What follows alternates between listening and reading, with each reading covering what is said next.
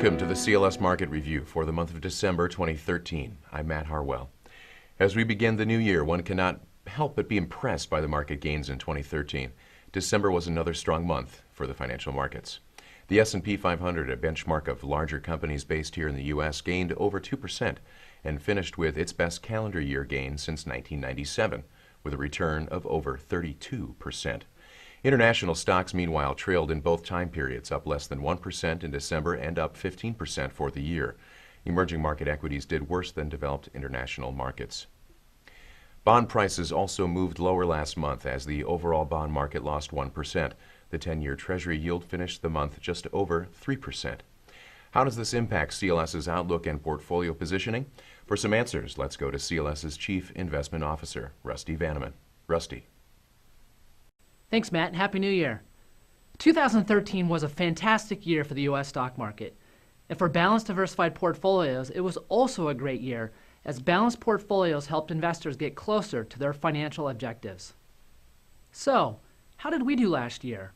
First and foremost, our portfolios fulfilled our risk budget promises of first, keeping risk on target, and second, being active asset allocators, taking advantage of changes in relative valuations in the markets.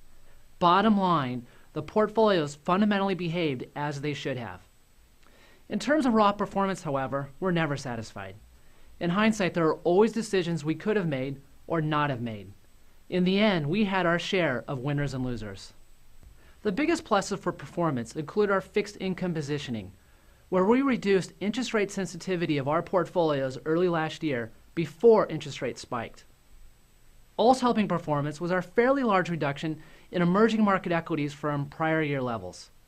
Given that both of these asset classes had losses last year, these moves added value. Our biggest drags on performance, meanwhile, came within our equity positioning.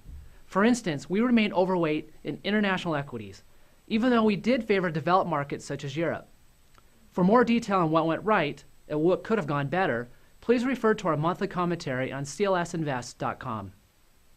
Entering the new year, our stock market outlook remains largely the same as last year. We're cautiously optimistic. We believe that stocks are more likely to generate positive returns for the coming year, but are also long overdue for a correction. While economic growth has modestly improved of late, our general expectation is that growth will remain below long-term averages, such as it has been in recent years. As for valuations, they no longer suggest the stock market is on sale, unless, of course, one is looking at the international stock markets. In terms of our positioning for the coming year, we are managing portfolios around our core CLS investment themes. We will talk about these in more detail in our upcoming quarterly market review. First, the power of innovation. With improving confidence by corporate decision makers, we expect that they will put more of an emphasis on making investments for future growth. In turn, we believe that growth-oriented companies, including those in the technology sector, will likely do better in the years ahead. Second, high-quality focus. We continue to like companies with relatively stable profitability, stronger balance sheets, and higher dividend growth. Not only should they do better in a slower growth environment, but they also generally hold up better in choppy stock markets. Third, go global. Over time, broadening one's investment universe by including international securities provides more opportunities to enhance returns and to reduce portfolio risk. And this is a good time to rebalance back in international, as international equity markets currently have more attractive valuations than the United States. And our final theme, active diversification. The multi-decade bull market in bonds is probably over. While interest rates won't likely move far in 2014, we will look to diversify equity-dominated portfolios through a combination of active management of diversifying asset classes, including fixed income and alternatives. We believe that portfolios positioned around these themes should produce attractive long-term returns in the years ahead. Matt? Thank you, Rusty.